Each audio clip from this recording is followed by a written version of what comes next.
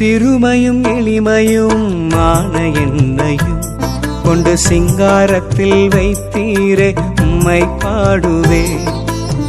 அலங்கோலமாக இருந்த என் வாழ்க்கையை அலங்காரமாக மாற்றியதை போற்றி பாடுவே. புழுதியில் இருந்து எடுத்தீரையா